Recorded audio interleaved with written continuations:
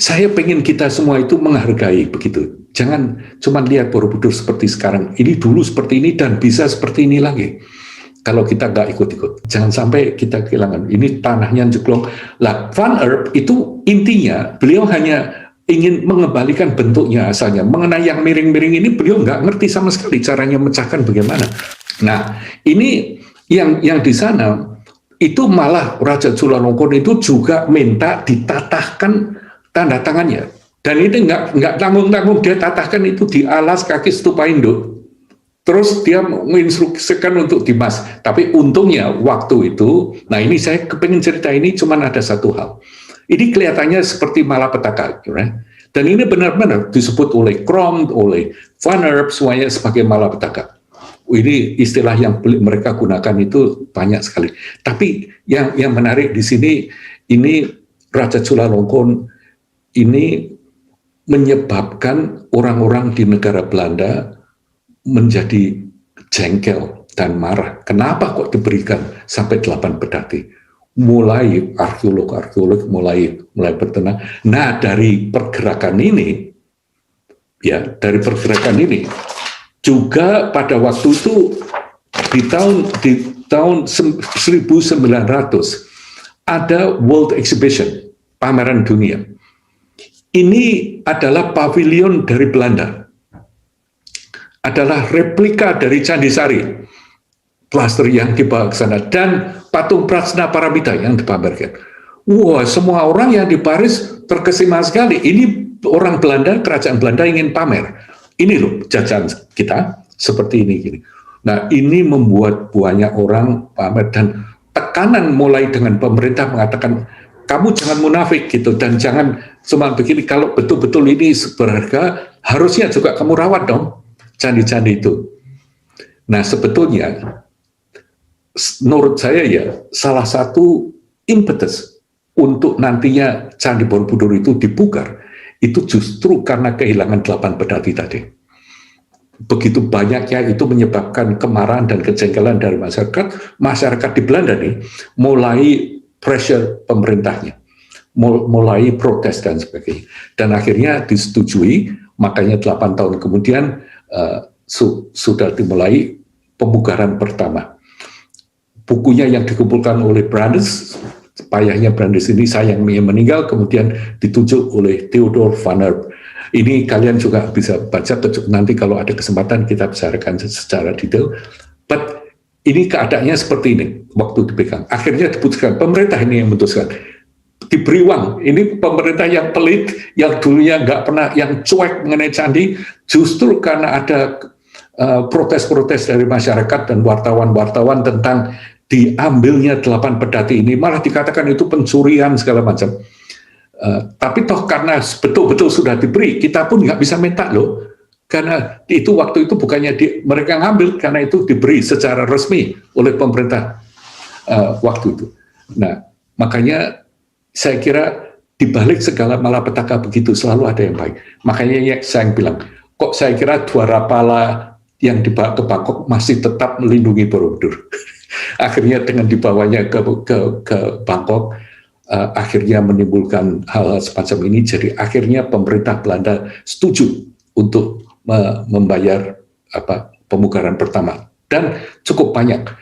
Sebentar untuk karung ya, pertama kali diberi budget, tapi setelah Van Erp lihat, Van Erp geleng kepala sekali karena lebih banyak batu-batu yang berjajaran sini. Van Erp itu minta tambah budget dan diberi, makanya akhirnya bisa menjadi seperti yang kita katakan. Oke, next one. Kita cepat aja di sini. Ini keadaan di 1907, keadaannya masih morat-marit, masih betul-betul seperti ini, yang kemudian saya pengen kita semua itu menghargai begitu. Jangan cuma lihat Borobudur seperti sekarang. Ini dulu seperti ini dan bisa seperti ini lagi. Kalau kita nggak ikut-ikut. Jangan sampai kita kehilangan. Ini tanahnya jeglong. Lah, Van Erp itu intinya beliau hanya ingin mengembalikan bentuknya asalnya. Mengenai yang miring-miring ini beliau nggak ngerti sama sekali caranya memecahkan bagaimana. Jadi ini diperbaiki, diuruk, dilevelkan sebisanya gitu. Dan itu memang tujuannya hanya untuk itu, tapi megah juga jadinya. Next one. Nah, di tahun 1912, pemugaran selesai 1911, Van Earp itu tangannya gatel gitu loh. Dia pikir dia punya ide, tambahin catra dah. Ini ide dia yang nambahin catra. Karena dia terpengaruh oleh bentuk-bentuk apa yang ada anyway, dipasang oleh beliau. Tapi betul-betul dikritik kanan kiri, kemudian beliau mikir lagi gitu. Setelah beliau mikir, beliau yakin bahwa karena tidak ada bukti-buktinya, tidak ada gambarnya, dan tidak ada batu-batu yang mendukung, batu catranya nggak ada, itu bikinan muntilan semua batunya kan. Jadi akhirnya diturunkan. Yang menarik tahun 1912 ini, selesai 1912 sudah tidak ada catranya. Berarti catra itu kalau dibilang itu bagian dari Candi Borobudur, itu nggak benar, karena naiknya pun hanya sebentar. Jadi itu benar. Anyway, itu bit saya. Kemudian juga Van Earp itu menulis buku-buku ini amazing. Foto-foto dari mulai sebelumnya pada masa pemugarannya, dan ini difoto di sini. Nah, dan mengenai foto-fotonya dan pemugarannya dituliskan Van Earp, tapi yang diminta untuk menulis tentang archaeological figure itu akhirnya Cromb. Ini dari ketua badan arkeologi, mulai dari Bosch, Stutterheim, Kempers, kemudian Sukmono akhirnya. Tapi Cromb waktu itu menulis buku ini yang sampai sekarang masih terkenal, dan saya kalau membaca ini, setiap kali baca selalu masih menikmati terus-menerus Cromb. Nah, waktu itu sesudah selesai pemugaran Van Earp, tapi masih tetap begini. Next one, air masih tetap masuk, air malah bisa mancur seperti ini. Tembok-tembok masih miring, karena waktu itu nggak bisa dibetuli kan. Kemudian makanya Borobudur terlantar, timbul kerak-kerak yang tumbuh dalam stupa-stupa di sana. Karena air yang selalu lembab keluar. Jadi ini betul-betul tumbuh. Sekarang jelas tidak. Kemudian Borobudur itu yang saya katakan mulai dari 953 sampai 73 itu terlantar. Kemudian salah satu putra bangsa yang menurut saya sangat berjasa dalam Borobudur itu namanya Bapak Daud Yusuf. Ini beliau itu yang menulis banyak tulisan, menggerakkan hati banyak orang, yang akhirnya beliau juga sebagai mahasiswa waktu itu di Paris ikut duduk dalam UNESCO, rapat-rapat UNESCO memperjuangkan untuk Borobudur untuk supaya bisa dibuka, dan akhirnya berhasil.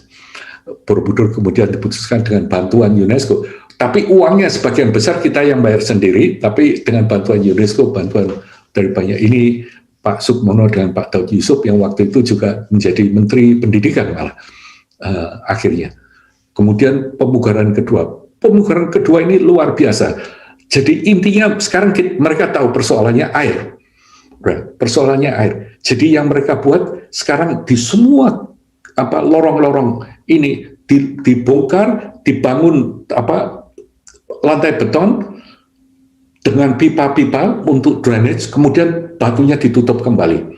Dan yang kita ingat, Borobudur yang akan longsor, kemudian diberi dinding penopang, itu pun juga dibangun seperti sabuk beton kelilingnya, ring begini. Jadi dari segi struktural, Borobudur itu tidak akan bisa melorot lagi, dan juga air juga sekarang tidak lagi meresap ke dalamnya Borobudur karena sudah disalurkan keluar.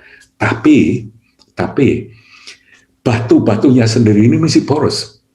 Ini loh, masih tetap menyerap air, dan airnya tidak bisa keluar kemana-mana yang ada di batu.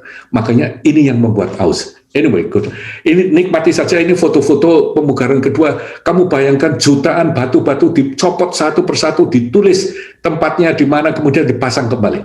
Ya, makanya ini kadang-kadang orang kata kalau begitu nggak sakral. Buat saya tetap sakral, karena tiap batu pun masih tetap karena tujuan untuk itu. Anyway, please enjoy.